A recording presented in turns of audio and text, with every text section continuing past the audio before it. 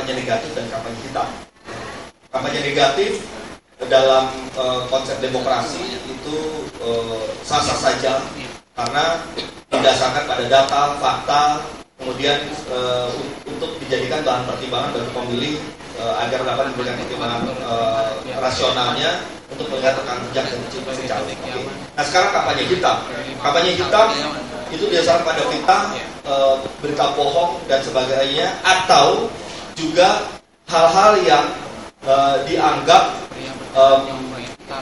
dapat merusak ya keberagaman, kedamaian dan persatuan yang ada di kalangan masyarakat. Kalau kita mau berkampanye menyampaikan sesuatu didasarkan pada fakta itu dulu. Kedua, ya, yang terpenting adalah jangan sampai kita menyampaikan sesuatu hal dengan memperluncing perbedaan latar belakang seseorang, keturunan kah, suku, etnis dan seterusnya, yang membuat orang akan memilih. Saya tidak memilih dia karena dia berbeda dengan saya. Tapi harusnya kalau pilihan yang rasional adalah saya tidak memilih dia karena dia tidak mampu, karena programnya tidak jelas, atau karena rekam jejaknya bermasalah. Seperti itu harusnya. Jadi pilihannya benar-benar pilihan rasional. Nah yang berikutnya adalah video Mardhani, seni atau bukan ekspresi seni atau apa? Mungkin Romo nanti boleh menambahkan juga ya, silakan. Jadi begini, kalau saya sudah lihat videonya sekitar berulang kali. Videonya ini kan kalau kita lihat kata-katanya, lagunya, itu arahnya untuk kampanye, memberikan dukungan, mengajak orang untuk mendukung orang yang dibawakan di dalam video tersebut. Nah, masalahnya adalah ketika ada penggunaan simbol-simbol tertentu dalam hal ini, simbol nazi, kita seolah-olah akan melihat bahwa kalau memilih orang ini, maka dengan simbol yang seperti ini, kita bisa saja persepsinya akhirnya menyamakan antara simbol yang disampaikan dalam video dengan orangnya. Ya, tentu sebenarnya akhirnya yang rugi adalah orang yang dikampanyekan dengan cara-cara seperti ini. Oleh karena itulah maka supaya kita memutus jangan sampai kemudian persepsinya salah atau akhirnya kita memberikan dukungan, di sisi lain kita paham bahwa simbol-simbol nazi itu punya latar belakang sejarah yang sangat kelam dan akhirnya kita turut juga mendukung sejarah kelam tersebut. Nah itu yang kita tidak harapkan. Tetap buat saya kecaman kita terhadap satu peristiwa pelanggaran HAM yang serius sebagaimana yang juga dilakukan oleh redaksi itu juga harus kita tanamkan di dalam persepsi kita mengenai sejarah di dunia ini. Jadi yang pesan begitu. Nah, karena itu maka tadi poinnya adalah kalau kita mau kalau kita mau mengetahui sejauh mana hubungan antara orang yang dikampanyekan, kalau aku baca ibu-ibu, tergantung dari responnya. Nah, responnya apa tadi? Macamkah, mengutukkah, menyayangkan, atau mendukung, atau malah membiarkan? Nah, prioritas terhadap segala macam reaksi-reaksi yang membatasi, yang melawan. Sekuler misalnya adalah jauh lebih besar dan cukup sering juga serius menyinggung dalam hal agama perasaan orang beragama. Kalau misalnya di Italia dibikin salib dengan katak dipasang di situ, itu untuk orang Katolik sudah amat menyedihkan, tapi ya tidak bisa diapa-apakan. Nah, Lalu ambil contoh pakaian nasi, itu juga berbeda. Apakah artis itu di Jerman, di situ dia pasti akan dipenjarakan karena malah ada undang-undang yang melarang memakai simbol-simbol itu, dengan di Indonesia yang tidak terlibat sama sekali di dalam kejahatan nasi. Tapi ini masalah taste, jadi rasa, dan masalah harga diri. Kalau kita tahu bahwa dengan simbol-simbol nasi itu dilakukan hal-hal yang amat sangat memalukan, mengerikan dan sebagainya, dan kita pakai simbol itu, kita secara tidak langsung mengatakan nggak begitu apa-apa, udah lewat waktu kita lupakan.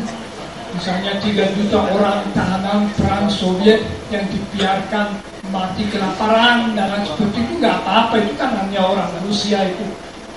3 juta kurang lebih, itu juga masa lampau, kita pakai saja pakaian mereka yang melakukannya. Saya kira di situ ada batas. Jadi kalau kita mau mengkritik pemakaian ini, itu memang tidak mutlak. Tetapi bagi saya itu masalah menunjukkan semacam budaya hati ada atau tidak. Jadi kita bisa sejauh mana, di situ pasti ada debat.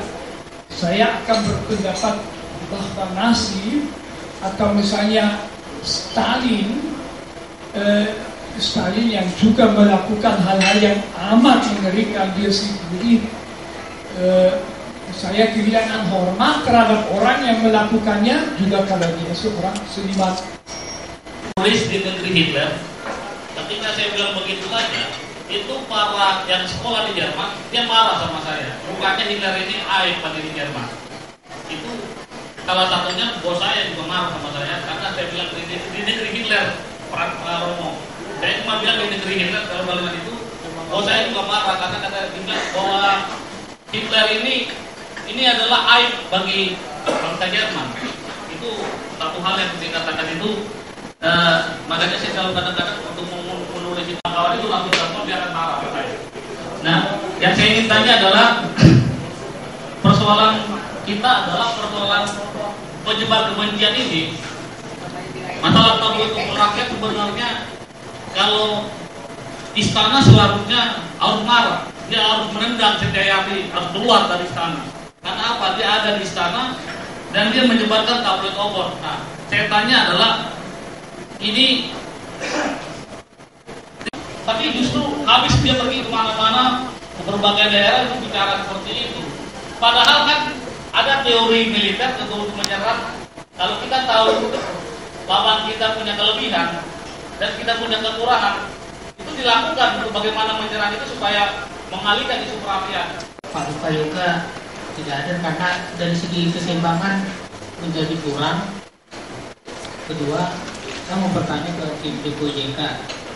Ada 6 item pelaporan yang sudah dilaporkan tim Jokowi JK, cenderung lebih menunggu. Tidak ada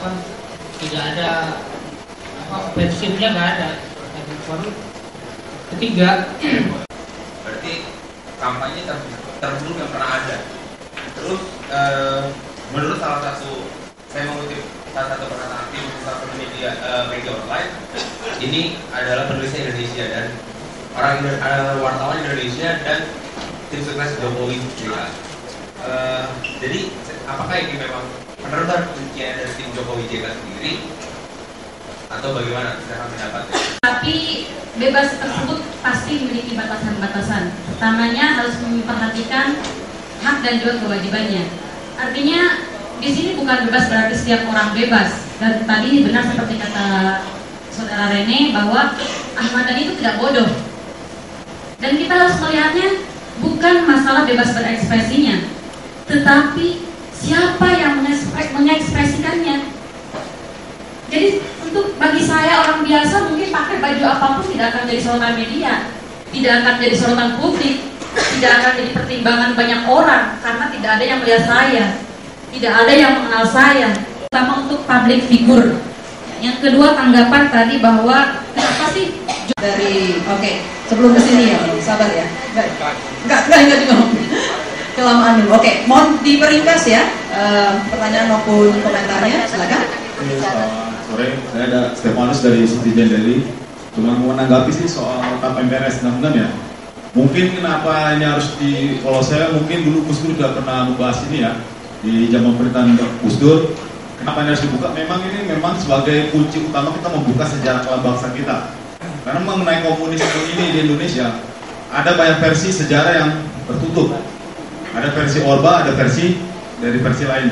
Kenapa saya bilang ini setuju? Karena kasus kejahatan Orba ini bukan hanya membatas di orang-orang komunis, tapi masyarakat yang dituduh anti komunis. Bagaimana sampai sekarang? Salah satunya saya punya kawan di kampus, dulu apa-apa nggak bisa. Nah ini yang harus jadi dibuka. Kenapa saya kurang setuju tadi? Kenapa sih komunis ini? Dan menurut saya ini dagangan komunis ini kayak masih laku banget di negeri ini gitu. Dan kita amnesia. Emang segitu buruknya kak komunis dulu itu PKI di Indonesia? Apa kita lupa bahwa bangsa PKI juga punya andil besar dalam kemerdekaan bangsa ini? Ingat ada beberapa kelompok masyarakat gitu, organisasi juga waktu itu menolak fasisme. Nah tapi ternyata kekhawatiran teman-teman yang menolak fasisme ini terbukti dengan adanya katakanlah video Ahmad Dhani yang mengungkap kembali simbol-simbol Hitler. Nah di sisi lain dari pihak Prabowo juga melihat bahwa Jokowi juga akan menghidupkan kembali yang namanya komunisme. Yang lucunya lagi, ironi menurut saya karena kemudian buktinya itu diperlihatkan. Misalnya salah satu contoh aja, misalnya foto teman saya yang lagi jalan-jalan di Belanda bareng pacarnya lagi senang-senang dan nggak punya tendensi apa-apa, cuma ada jalan ini nih, terus pegang-pegang, sekarang jadi nyebar kemana-mana, dibilang sambil dibuletin kepalanya, oh ini nih kan orang tim sesnya Jokowi, ini buktinya mau memunculkan kembali paham komunisme. Terus forum ini juga, tapi tempatnya berbeda, dibilang juga akan menghapuskan undang-undang itu ya, tak itu. Padahal yang kami kemudian kembali membuka rekaman itu ya, itu nggak ada Mbak Musda yang mengatakan itu. Kecuali memang soal KTP, tapi itu pun KTP bukan berdasarkan pada presentasi beliau, tapi berdasarkan jawaban atas pertanyaan MD. Dan itu ada kontennya juga. Saya ingin mengatakan begini, bahwa sepertinya stigma paham baik komunis atau fasisme, komunisme atau fasisme ini saya nggak tahu. Mungkin pertanyaannya buat Romo ya, Romo. Bangsa Indonesia, mengapa? Karena kampanye gelap pada dasarnya berdasarkan menimbulkan kebencian. Kalau Indonesia yang majemuk itu mulai saling membenci, masa depan kita kemana? Dan ceria. Untuk bisa menciptakan itu tentu ada syaratnya. Syaratnya adalah jangan kita pergunakan fitnah, jangan kita sebarkan berita bohong, jangan kita spin isu, jangan kita sebarkan kebencian atas dasar suku, agama, ras dan antar golongan.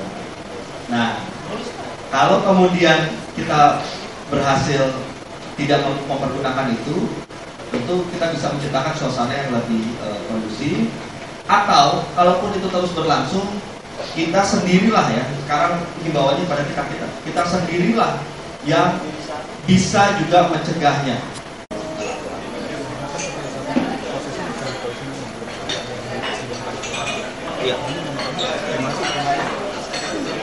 Ya, gini, kita kan sebenarnya berharap lebih ya pada Bawaslu KPU dan Polri.